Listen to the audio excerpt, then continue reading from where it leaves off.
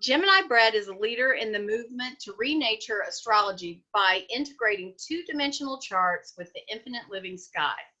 He is a world-renowned astronomy for astrologers authority, shamanic storyteller, and inspiring educator. Brett's terrestrial translations of the celestial conversation expressed through the ancient arts of sacred geometry, musical harmony, embodied astronomy, and number magic activate seasoned sages as much as they initiate students new to the cosmic curriculum. Hey, Gemini. Hi, Sally. How you doing? Oh, I'm great. I'm so glad to finally get to be able to speak to you. Right on. Yeah, this is great. We had kind of a little bit of a Zoom. It seemed like we were having a little bit of Mercury retrograde the last time we tried to get together. Zoom wouldn't cooperate. But we're here now. Thank you so much for this opportunity. My treat. So tell our viewers how you got started. First of all, in astrology, and then why did you make? Was it astronomy that you got started in first, and then you went to astrology? What came first, the chicken or the egg? I had definitely studied some astronomy, like in college. I mean, when I was a kid, I wanted to be an astronaut, and then I watched The Right Stuff, and I was like, oh, that's like, I don't want to go through all that stuff and be like a military dude. And then for a long time, I just wanted to be a star. I'm a saxophone player, and I toured professionally for several years and dropped out of college and did that. And that band, we used to play at the planetarium on the University of Colorado campus. And that was pretty cool. I was like really far out. But yeah, it was me trying to be a star. Looking back, I realized like that was me getting closer to astrology because I grew up, I felt very open-minded and a bit of a psychonaut, especially in my musician days, but really was very closed-minded to astrology without ever having taken a look. I grew up as a bright in mathematics and the science reality, and we're just programmed to deny astrology altogether and kind of laugh at it as archaic nonsense. And so I never had a look, right? And later in life, basically when my band split up, that was around 2000, I was really starving for what is my thing because I'm a good musician, but not a great musician. And I was playing with great musicians. I mean, most of them are like world famous now. And as much as an amazing opportunity as that was and a fun place to grow up or try not to in my young 20s, it was also very painful for me because I didn't have that confidence or that unique talent that I saw in these guys. I also didn't have the discipline or the devotion for music in that regard too. So my awareness came more and more into understanding that that was not going to be my future, and then felt that calling more and more to find out, well, what am I great at? And the only way I could answer that question then was like, well, I can be like the best mathematician in the room. And I ended up going back to school and I got an engineering degree and studied some aeronautical engineering because then it was like, okay, cool. Well, I'll help people get to space, instead of being the astronaut myself. But all of that, I realized in hindsight, was just leading me to astrology. And that this is what I'm so talented at. And this is what I'm not afraid to, because I'm so passionate about and in love with this goddess astrology, to just give all of myself and really come into not only the discipline of the study, but really devote my time and my space to developing myself as an astrologer in my own personal astrology. So that's a little bit of the background. As far as like how it actually happened for me, I started having not too long ago, it was kind of 2010, 2011, in response to some deep pain that I was feeling, kind of hitting a bit of rock bottom in my own appreciation for self. I started having some very synchronistic and mystical experiences that could not be described with the rational mind here in real life. And I started having to ask questions that science and that thing had encouraged me not to. And eventually that led me through shamanic work and eventually to astrology. I had my first reading a couple days after there was a total solar eclipse right on my north node, like 6 minutes from my north node. And that was in October 2011, November 2012. And then I went down to Peru for the end of the world, right? The Mayan calendar turned December 21st, 2012. And my world totally ended and this new world opened. Like I had no idea I was going down there to become an astrologer, but I realize now that that's exactly what was happening. And in the jungles of Peru with Jupiter exactly on my ascendant, though I did not know that was true, December 14th, 2012, I had this incredible conversation with Jupiter in the sky. And it's rare for me. I engage often with planets or specific stars or directions, and I honor them as living beings. And so I will speak often out loud and say, you know, hey, Venus, I'm Brett. Good to see you again. I give myself to you for this hour that I can see you this morning, and I hope you'll give some of your wisdom to me. I am your student, you know, and it's rare that I actually hear English back. And that's what happened this night from Jupiter. And it began with Sit Down Boy. And then it was like this 4-hour stream that ended with Now Go Spread the Word.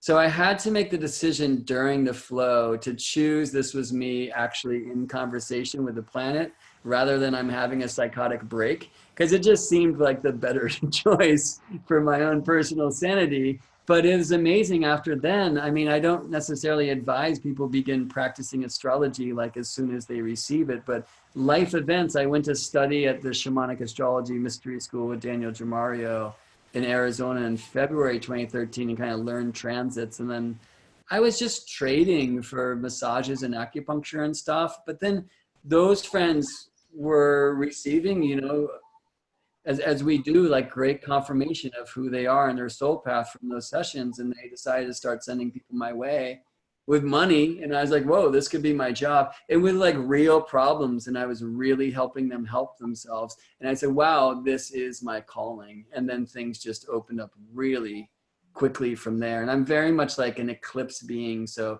with that so-called great American solar eclipse of August 2017, the eclipse that preceded, the lunar eclipse that preceded it, which was August 7th that year, was at my midheaven, and things just like really opened up in my career since then. So that's a long version of the short version of me coming to astrology. That's powerful. That is really powerful. Okay, so tell me,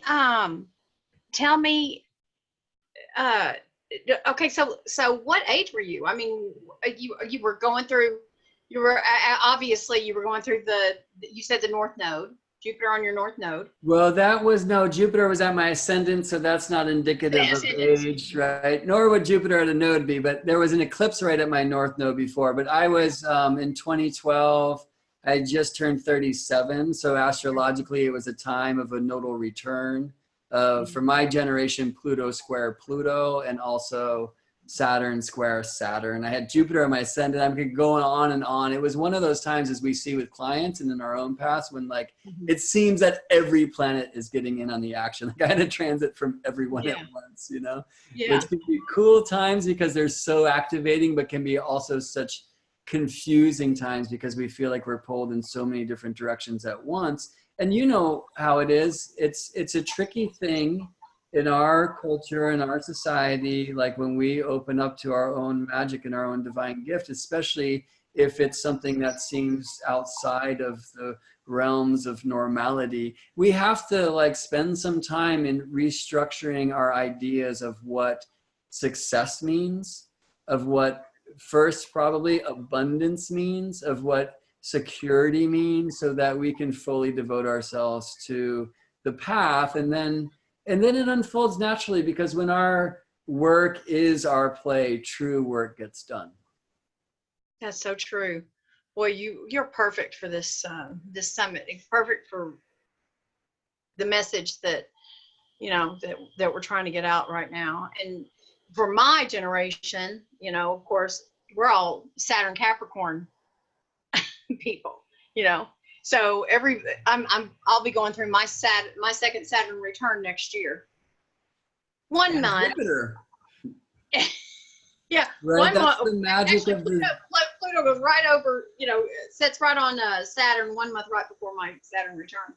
So, and everybody I know, everybody I went to school with, everybody's already going through their Saturn return, second Saturn return, all that. My first Saturn return was so hard, so, all of our people are, all of my folks, we're about to have our 40th high school reunion. We're all going through the same crap, So I know exactly what you're talking about. Yeah, And well, I mean, I'll say that, in the synchronism of the heavenly happenings, a very magical, announcement of the second Saturn return that's not around in the first is that it's also the fifth Jupiter return, right? And so while I haven't myself met that gateway, I'm 43 years old right now. I see this so often with clients where you get that second ripple of the Saturn kind of pebble in your collective pond, but it's coinciding with the Jupiter ripple. And it really speaks about that time of mastery if you have chosen to take a path of self-realization. But what's so unique for your own generation is what you just voiced, that Pluto's in on the scene, right? Yeah. So every one of us will have Jupiter during our second Saturn return, but to have Pluto there, right, and to have them all gathering in the sign, it's very telling, and it awakens actually part of the potential of the seeds that were planted at the time of your birth, right, for the great unfoldment of our collective. So I'm really excited actually to see how this dream shifts in this year and the year to come, but I think it's a really important time for us to be tuning into our power as the dreamers. I think so too. I remember probably, I don't know, about 12 years ago, I was really, really, really dreading my second Saturn return, dreading it because my first one was so hard. You say 12 years ago you were dreading? Yes, already dreading my second Saturn return. Really dreading it. Just already terrified about it. How'd that work out for you? I know. And now I'm like, wow, this is probably going to be pretty cool. Life has changed quite a bit. Life is pretty good, Yeah. But despite all of the fear and chaos out there, I think that I can bend with it and go with it a little bit. So. It's hard not to fall into fear and chaos in the sacred science of astrology. I mean, so many astrologers are right now spending most of their focus looking ahead to the year 2020 and this gathering of Jupiter and Saturn and Pluto together in Capricorn. We can hear it's the first time they've done so in that zone of the zodiac for 800 years, and look at the things that happen when Saturn and Pluto align, or, like 2001 is a, great image of that if we want to go dance in fear. And it just takes us so far from the moment now. Number one, astrology should be a way in, not a way out, right? It should be a path of knowing, right? Because that's the gift of growing that we give to the growth of the one thing. But knowing truly doesn't happen without first feeling, which promotes healing of self. And astrology is a way out, which is like lined in those riddles of fear, which is it's so popular in our cultural contamination and the way that we're taught to astrologize, even subconsciously, that we run so quickly from this moment, looking ahead at the great disaster to come, that we really miss the opportunity to dream into how that seed will sprout, right? And so when we're doing it right, as we do when we're on our game, right? It's like, okay, I'm going to look in the future. I'm going to look in the past to better inform this moment now.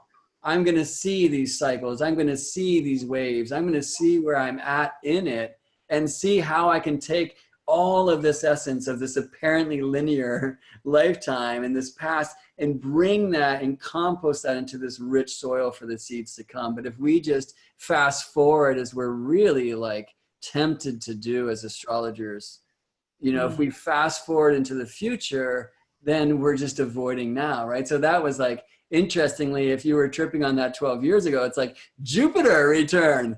And you're like, no, Jupiter, I'm thinking about Saturn, right? Absolutely.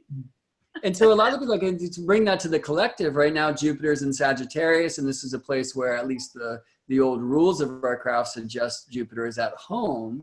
And if we're all tripping about 2020 with Jupiter and Capricorn, we're simply passing on the opportunity to take advantage of this planet that was called Guru to really express that nature of the Sagittarius vision quest, you know?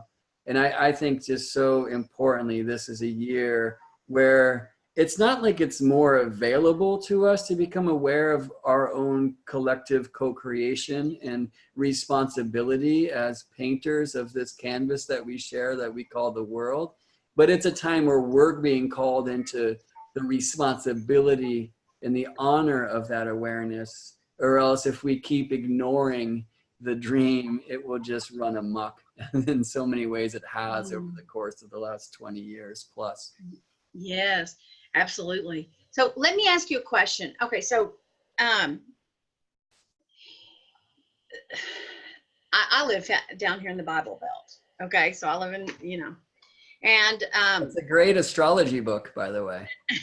Down here in the Bible Belt, or the Bible. The Bible is, absolutely. Where is it that astrology and astronomy got divided? Well, or has it always been divided and I'm ill-informed? yes, both. I mean, even the astronomers will teach you that astrology and astronomy was once one thing. It depends on what you think of it. Really, astronomy is part of astrology. Astrology is two things. Astrology first and maybe foremost actually is astronomy, which is nature, right? We love to say astrology is a symbolic language. That's correspondences. That's one half of astrology. The other half is astronomy, which is nature.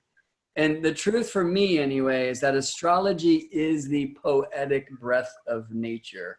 And when we re-nature our astrology by coming back down, putting our feet on the ground and seeing that these charts and these glyphs, they're actually describing the world and the solar system, in a sense, the galaxy, the universe, we can look beyond. But it's very important, I think, at this time, and there's so many astrological announcements, Uranus into Earth, Taurus, and this great Capricorn, Earth gathering, etc. Like, to come down to Earth. When I engage with the heavens and the stars, it reminds me of how important it is to be an earthling, and helps me like have that awareness, right? So astrology herself is actually astronomy first, which, you know, is the measurement of the planets, how they dance, their periodicity, all that stuff that we are depending on NASA and that crew to like print out tables for us. And while they like ridicule the astrologers, we're just like, cool, we'll just like take that stuff and heal people with it. No, don't worry about us over here, right?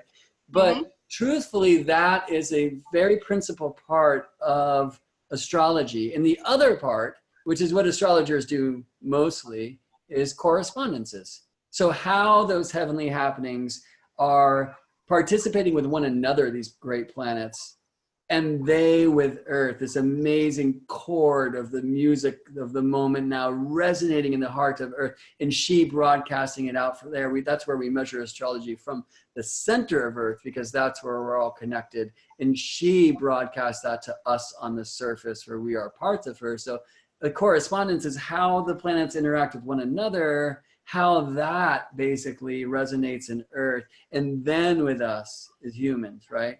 And that's correspondences. And that's what people these days call astrology. But really, astrology is the two things. And we're at this really painful place of capital S science right now, right? Which in so many ways, because what we thought of spirituality, which was religion for a time, was persecuting intellectual scientific awareness, right? That if what you were finding disagreed with the rap of creation, you could literally be burned at the stake, right?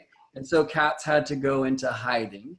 And not only did they hide in the wonderful preservation of the mystery traditions like secret societies, etc., right? But they also hid their astrology, like Galileo. I've seen birth charts that he drew in his own hand, but that's not known. Copernicus, right?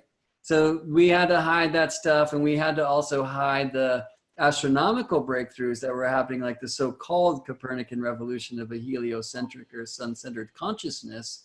And in these ideas of this is just like a hypothesis, or if it was this way, because we wanted to make sure not to disagree with church, which was thought of as spirituality, right? But the thing where it really went into hiding was becoming cold and sterile, and it had to become so materialistic. It had to become like, okay, this is not about spirituality. I'm not challenging the church. I'm just doing things over here in matter, right? But one of the great pains of the human experience in general, and therefore one of the great seeds of the path to self-realization, is the apparent split between spirit and matter, right? And we are in that state now. So if you want to think of astrology as the spiritual side of storytelling, because really what astrologers, right, people who are practicing correspondences are after is the why, right? Whereas the astronomers, as we call them now, are after the what. And why is a question of spirit, and what is a question of matter? And we have to ask both, because what's happening now is astrologers allowing half of our craft, astronomy, to be practiced by people who don't care about why, who actually think that why is just some coincidence and mistake, right? We are asking the people who give us the data that we need to practice this great sacred science of space and time. We are asking that to be given to us by those who are in denial of a spiritual existence. And it has, just as much as the astronomy on that side has been, in a sense, trapped in this mechanistic, so-called material worldview, astrology then has been trapped in this anti-mechanistic, almost like spirit worldview. And so we are floating off into these unconnected spirit realms. Like most people don't know, most astrologers don't know what the sky looks like in the chart and what the chart looks like in the sky. We've been totally separated from that. We don't have to know. And astronomers don't even think that's a thing, right? Jupiter's not a being, right? It's just like this ball of gas or whatever. And so, you know, I'm not personally after like convincing the scientific rationalist astronomers of this world of the importance of astrology or the great gift that correspondences can be to help us know some of the who am I, where did I come from, where am I going, why does this hurt, how do I heal, whatever, right? I've had the great honor and opportunity to plant some of these seeds of magic in these minds that denied it, as I didn't even know mine was one of those, just through you know, the way that I get in is because I can speak their language, because I'm very much a student of the sky, but in a different way that modern astronomers are. But what I'm after is to bring the witness, the physical, nature-based experience, witness, and relating participation of the heavenly happenings, and bring the importance of that back to astrologers, so that this side of the craft, which can get, in a sense, too lost in another dimension if it doesn't have its feet on the ground, to bring that matter back to this practice of spirit. So not only do we like lose half of our craft in this pursuit of matter, but so that we make sure that this other half of our craft in pursuit of spirit is grounded. Because when people sit with you and me, they might be interested in their soul and in the great happening of the heavens and the one true thing and all that. And I love speaking about that personally, but they also want to know, what up with my husband? And, you know, when am I going to stop starving? And, you know, that kind of thing. And because this real world really matters. Mm-hmm.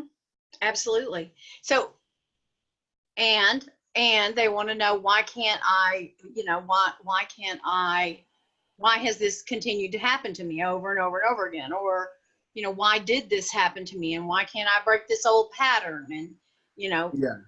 that's what I get more of You know, than anything else. Why did this happen, and why can't I get over it? totally right. And let me just add a couple of things, because I didn't answer your question, which was, when did this happen? When was this schism? It actually gets back to this idea of sitting with our clients and when will I? So I'll just say first, like, in that question, like, people do this in astrology, like, when will it end? Right? Like, when will I get better? Right? Or no, when they say, when does it end? When will it get better? Right? And it's like, no, like, you get better, and then you don't necessarily want it to end. Like, you understand the beautiful catalyst, and sometimes these great gifts are wrapped in rather disturbing paper. But this is a very similar thing that's actually inherent in this question of the schism between so-called astronomy and astrology, which, for reasons I just explained, I'll rather call astronomy and correspondences, the two parts of astrology. In a sense, the great permission for the schism came long ago, in the time when the Western tradition was first being formulated as a set of rules in the Library of Alexandria in the Hellenistic times. Because what had happened is, by then, we now had a decent set of ephemerides, right? Which is basically like tables of where the planets will be. People had been watching the planets for long enough, and according to their own cosmology, could then predict where Mars would be in a month, where Mars would be in 10 years, when the next new moon would be, and where that would be. And first of all, they didn't have it sorted out yet. In fact, we still don't have it perfectly dialed in. We're getting close. But once you have these tables, now instead of spending your time out on the desert sand, looking up at the stars, now you can look down at this chart.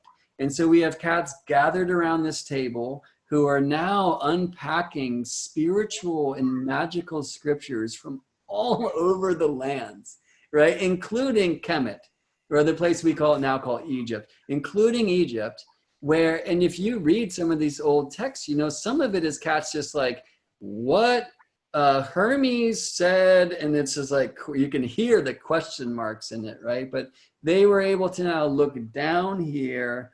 And astrology is wonderful at looking down, because we want to honor the heart in the body, right?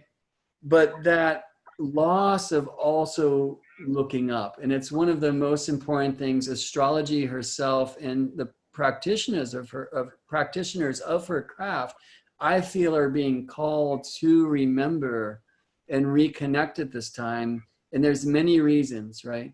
So if we look down at the charts, we can be in a place where now we have the time inside, sheltered, where we can start formulating systems and seeing this language and creating this great science. And this is important. It was very important for that to happen, because this is a wonderful sacred science that does promote healing and feeling and knowing and growing when done right. And there were cats back then who were complaining that astrologers didn't know any astronomy anymore, right? But this is what we disconnect ourselves from, right? And this has been one of the strange symptoms of overdoing the technology in general, is that we then disconnect from nature.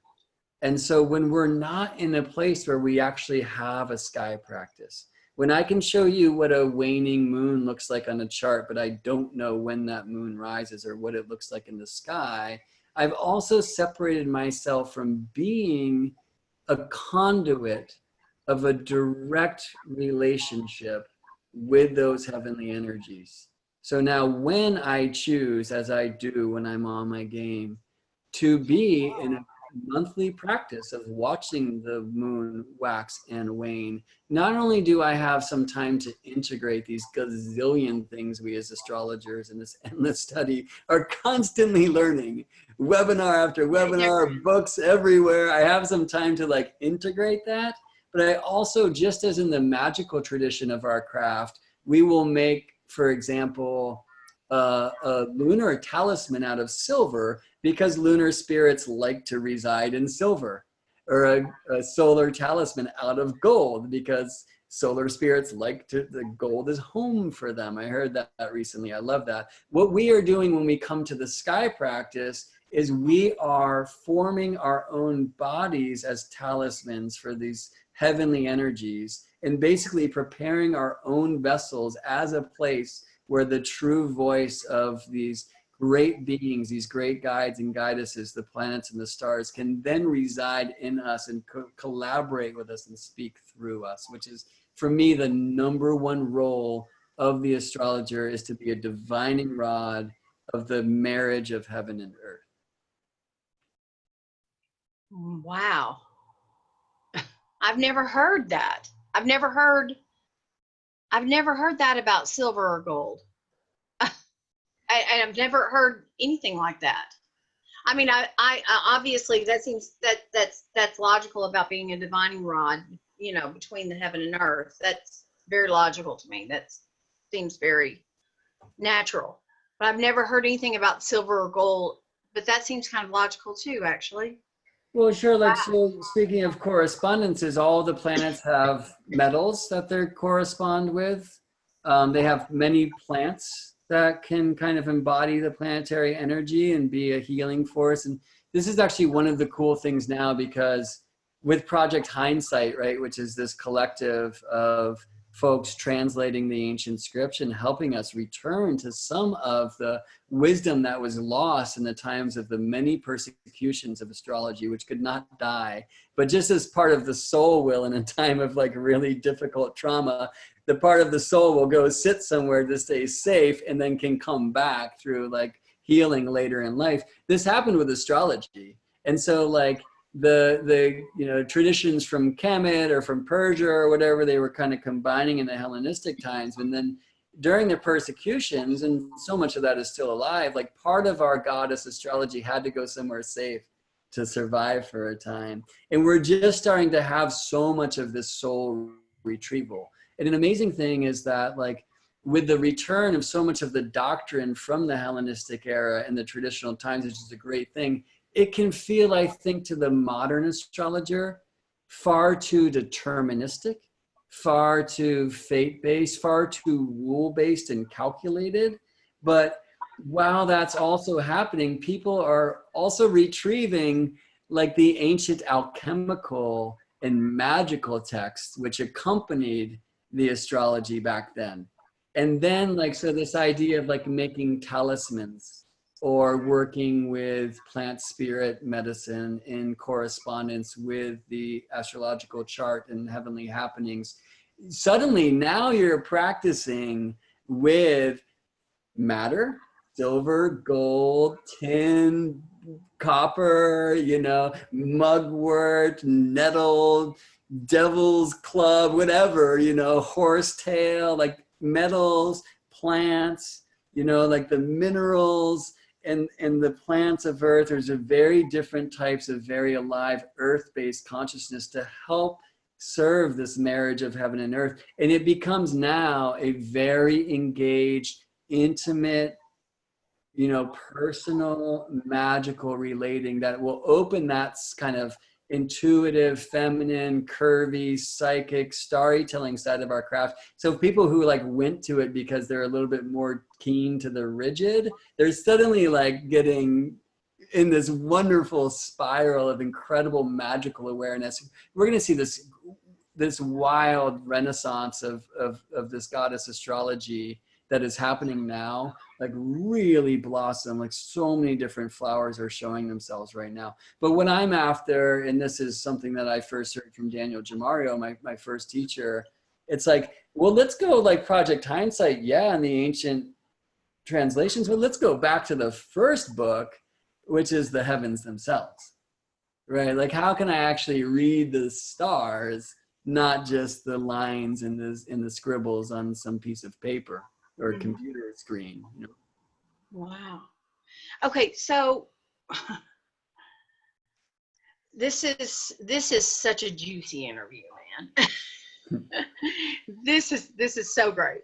Okay, so let's branch off just for a few minutes. I don't want to keep you too long, but okay, so let's talk about some of the things that have been in the forefront in my life, just that I've been addressed with lately in my readings. Okay, Cool. quite a bit of it. Okay, so lately I have had quite a few people that say that they're star seeds. Uh-huh. Can you speak about that?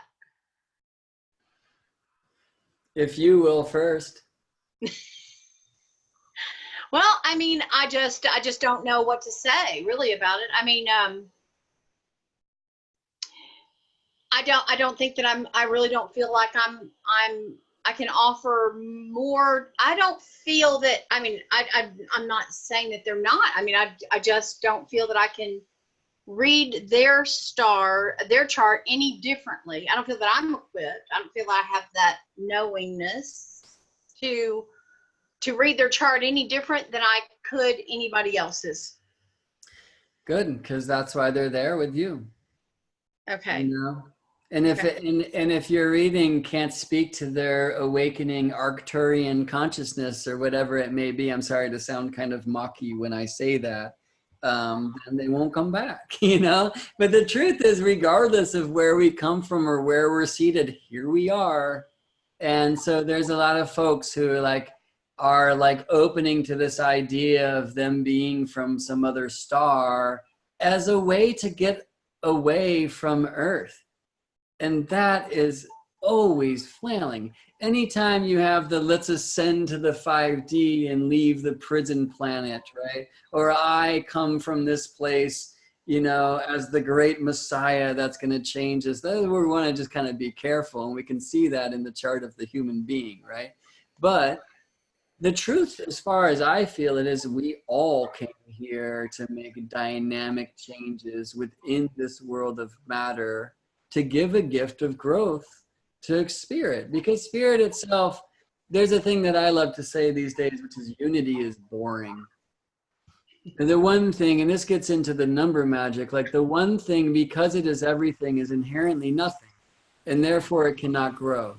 And so it performed this amazing miracle to reflect itself, to adapt itself into these many versions of itself, which look like you and me and all of these beings. And here, we're in a monkey suit that holds this amazing mechanism called a heart. We can be initiated if we choose to truly feel and authentically feel. And that feeling opens the gateway to healing, which might lead to knowing, and that is the gift of growing we give back, right? So you know, if people are having their own realizations and revelations, visitations, whatever it may be on this path, I really, if somebody tells me they're an Arcturian starseed or a Pleiadian starseed, I'm like, cool, how do you know? Yeah. Right? And I don't want to say like, how do you know I don't believe you? I want to say, how do you know I'm super, pardon me, but fucking intrigued by that thing? Like, that's pretty out there, right? Like, let's hear, like, how did that come into your awareness? And it's like, well, I was watching YouTube, and it's like, oh, okay. So you're, you know, or it was in some experience in my, you know, in my dream, or, you know, in my waking reality, or out in the field one night, or whatever, right? So that always, I think, is a very important thing, because it can be, as we know, I think, an escape from Earth reality to just reach for the stars when clearly we came here for a very important reason.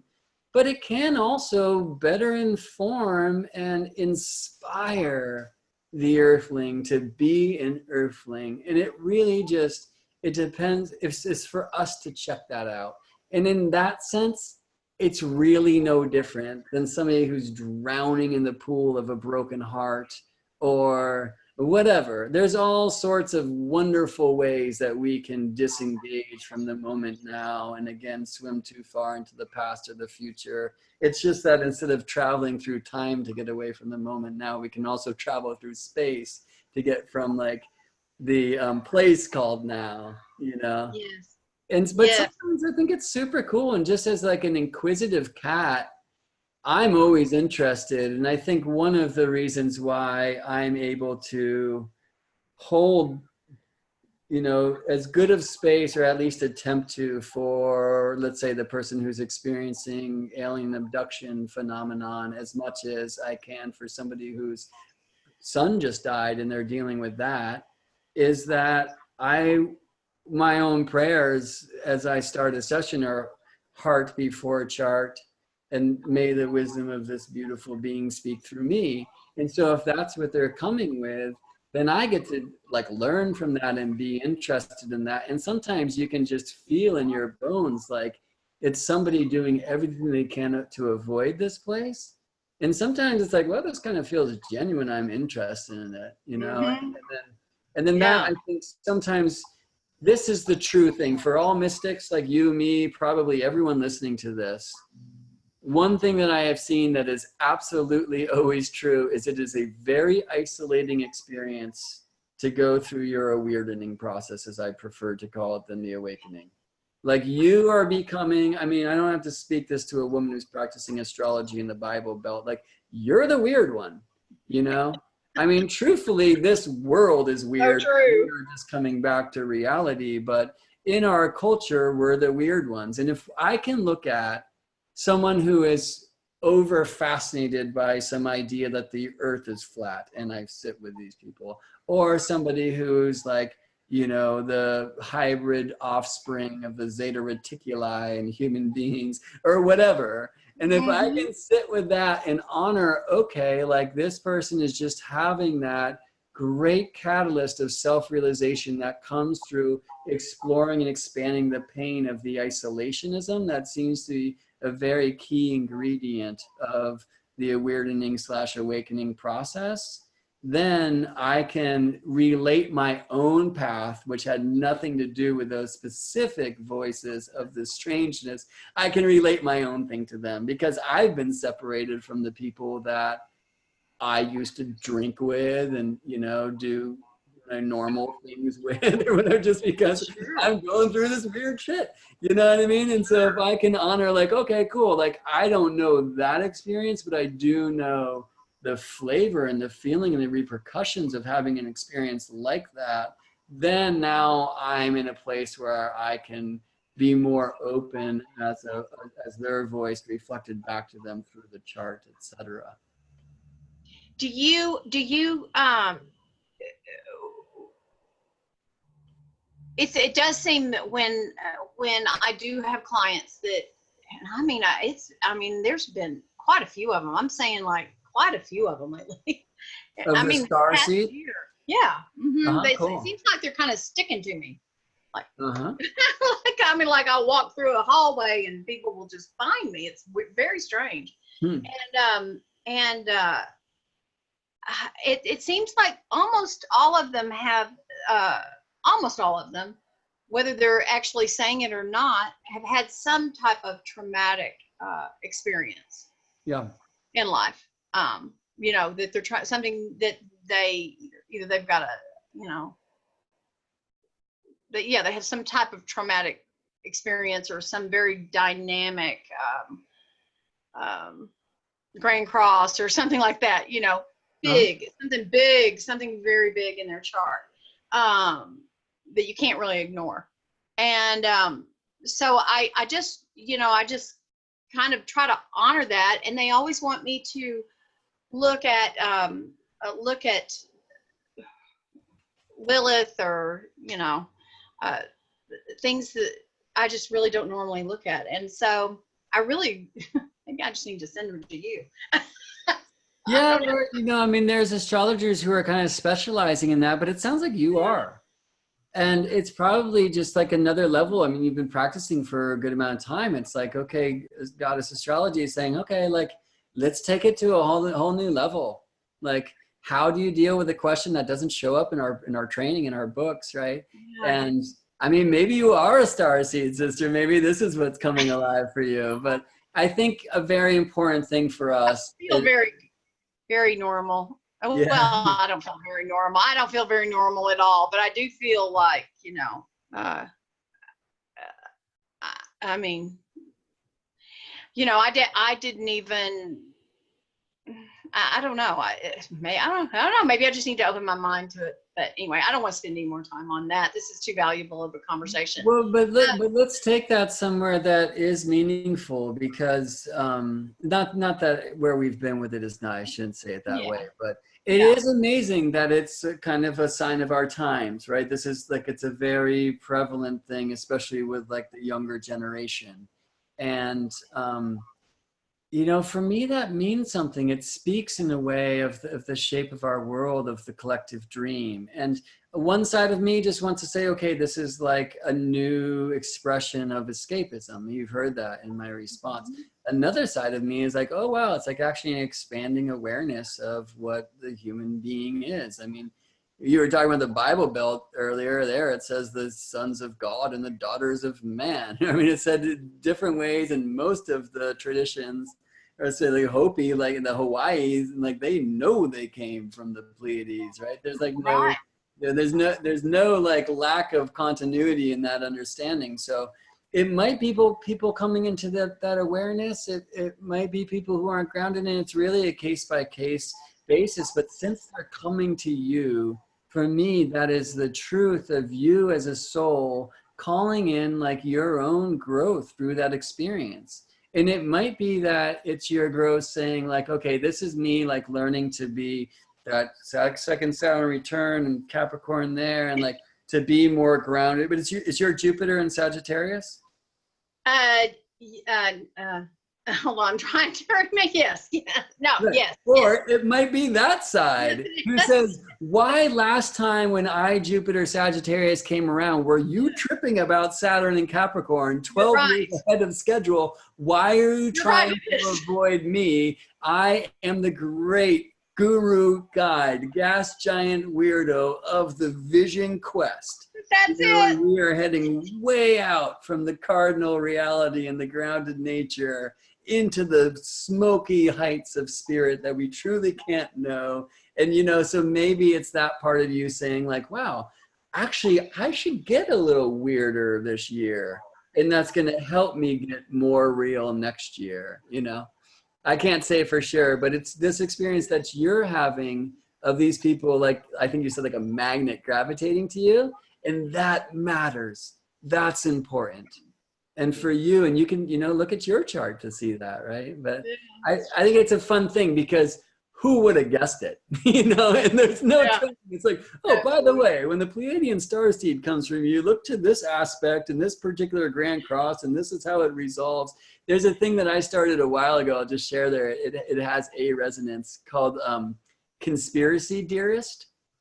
And it was a circle for people to come share their chemtrail tales or their flat earth society reality or whatever it may be for them, right? And it was just a safe space for you to come be as weird as you are and to know that there's other people who are weird as you are, but maybe in a different way. And when I spoke about this, like, I invited people to a meeting on Facebook and somebody said, oh, I can come and I can help people get out of that because I used to be like that and now I'm better. It's like, no, we don't want you there. I'm going to try to make it better. Where people are allowed to be totally weird and are actually honored that this part of their path is essential to their self-realization. And I might totally disagree. Like, I don't think the earth is flat, but that does not mean that I have to disprove somebody's flat earth cosmology, which I can through my own earthly experiences, not just NASA's photos, but it doesn't mean it's my job to shake them awake from this deception, right? If I want to be a healer and if I want to be an explorer, and I want to be both of those things, it's my job to like honor that experience that somebody's having, and be my job to check it out and see what I can like learn from that weirdness, And so that idea of conspiracy dearest instead of conspiracy theorist, it's like, for me as a healer, when I see these things that are generally also wired to a save the planet Messiah movement, and that if this realization isn't had by the whole world and everybody needs to awaken like me, then the ship goes down. That's when it's really showing an unhealthy experience that we've seen in many ways, including beating Bibles. Mm-hmm. Over and over again. Yeah. I mean, it's not going to all happen all at the same time. I don't think so. I don't think it happens like that. I don't know. It might. Who knows? Yeah, Who well, knows? I'll share with you, like just this morning, I was listening to this guy speak about his theory that we actually all did die in the 2012 moment, and that our experience now is our consciousness trying to deal with the trauma that happened in this great, like, singularity cataclysm. So we don't even know that it happened because it was too much, and that our reality is slowly dissolving as a response to that and coming into our new reality, which is whatever the afterlife is about. Now, do I believe that? No. Do I want to believe that? No. But I do want to disengage my natural inclination of disbelief to the point where I can at least hear this thing and have a journey with it. And I do find it to be interesting, because I will say one of the reasons why the star seed thing is coming online and so much more in my own personal view, and I do see this echoed in the heavenly happenings of our time, including the triple gathering to come in Capricorn, including Uranus's return to Taurus. And I'm seeing reflections of this in the so-called scientific reality of the real world. Like last year, there was a crater discovered in Greenland from probably 12,000 years ago, which is when Plato says the destruction of Atlantis went down. And Atlantis is an even stronger and stranger A word than astrology. Maybe. Maybe not, right? But maybe. That's like So. even in the astrologer, and it just happened. I just said Atlantis, and people are like, ooh, right? But we already started talking about star seeds and flat Earth, so I'm allowed to go here. It is my personal feeling that in the great term, I believe coined by Barbara Hand Clow, we are a people of catastrophophobia, amnesia. And this, very importantly, is one of the reasons why astrology has separated from astronomy, to get back to that question. Wow. Is because if you go mythically, we hear the raping of Gaia by Uranus, okay? And in the great work of the mythos to apply to our own healing and feeling and knowing and growing, we can take that tale and look at the raping of Earth by technology. We can take that tale for the own just incredibly dark sexual abuses that seem to be part of the patriarchal like flow, whatever, right? But we can also honor that Gaia is Earth and Uranus is the heavens, and the way that Earth is raped by the heavens, we call it a comet. And this happened. Yeah. And this happened, and we almost all died. Almost every human being at that time, about 12,000 years ago, died. And the things that we had to do to survive the ice age that followed are unspeakable. And the pain that you and I and each one of us holds in the code of our soul from that experience in the ancestry and the lineage of our blood of the monkey suit is now kind of coming to term. This doesn't mean that we have to remember this mentally, that we have to go through like deep karmic processing and have soul retrieval shamanic experiences. It doesn't mean we shouldn't if that's what our path is. But the way to experience this and deal with this is simply to live a good life. And some will be inspired more and more to go through some escapism, right? And to run away from this thing because it is deeply painful. But we have had a wall in the linear stream of time, which is not and also is real. We have had a wall in the old kind of antediluvian place when this great and deep pain happened. And that wall is starting to dissolve spiritually. And so we will start receiving information literally not only on that spiritual level, but also in matter, like the evidence of this crater, that the comet that struck Greenland. in these places. And there's great teachers like rogue geologist Randall Carlson, who's doing a lot of work to bring the awareness of this event to us. But he's doing that, I think, very much in a way of matter, which is important. We are meant also to do this in a way of spirit. And as astrologers, the greatest gift that we can give is choose to be connected in both of these worlds, which are one. So one of the reasons why we have stopped watching the stars, and a great example is these star beings like Arcturians. I have never known one who can point to the star Arcturus in the sky, ever, right? Wow. I know many Pleiadians who don't know where the Pleiades are, the heavens. I know a lot of astrologers who don't know that that's Saturn right there that I'm pointing to or whatever, right? Right. So one of the wounds here is because the sky opened up and basically rained hell on earth a long time ago. And as we come and sit with that, and one of the great ways we heal that is simply to go back to the sky and to lay on the ground.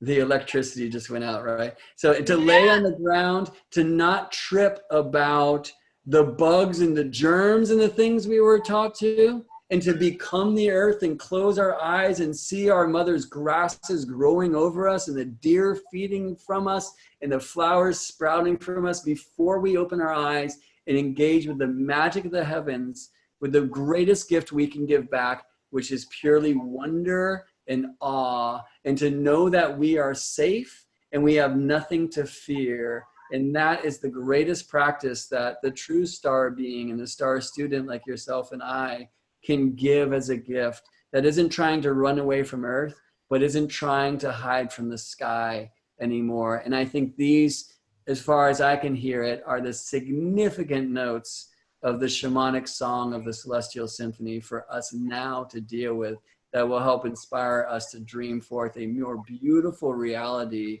in the years to come, because we are certainly entering a sacred portal, but the way that we walk through is up to me and up to you. Well, having said that, that just sounded like, whoa, that was scripted. You must have rehearsed that. That was beautiful. You need to write music. That was gorgeous, or you probably do.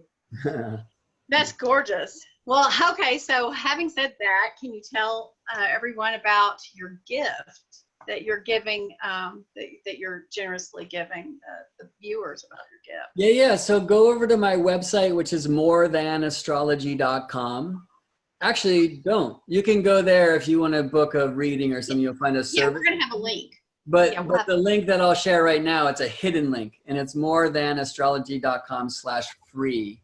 And if you enter your email there, I'll send you a bunch of stuff. I can't tell you what it is exactly because I'm always changing it. But one bit of it that I'm sure will be there are 12 free sacred astronomy lessons, which are just the teachings of how to see the chart in the sky in the chart, and really like coming into what I like to call earth astrology, and to know how the chart corresponds to the actual happenings of this beautiful planet that chose us. And there's like 6 hours of astronomy for astrologers lessons with all these amazing animations to help this sometimes like over intellectual feeling thing come in and land. And more importantly, it is my devotion to present this material, which has gone too far into the academic and rational, to present it in a sacred way. You know, I'm very fond of saying, like, let's keep our sacred science sacred by honoring the scientific, but also keep it scientific by honoring the sacred.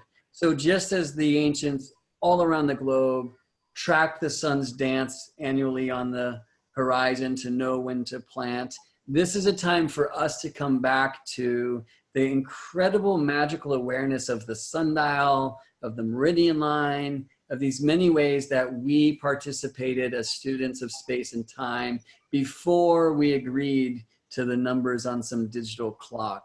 And so these teachings will help you help yourself to tune back into the direct voice of heaven and earth, so that you will be in tune naturally with the heavenly happenings and like just more engaged. Because each of you who are listening to this, and you know this is true of you, like You have chosen to dance to the song of your soul. It's a rare thing. Congratulate yourself and remember not to dance so far from the ballroom, which is Earth, that you can't come back. So, strange way to end that, but I'll say that.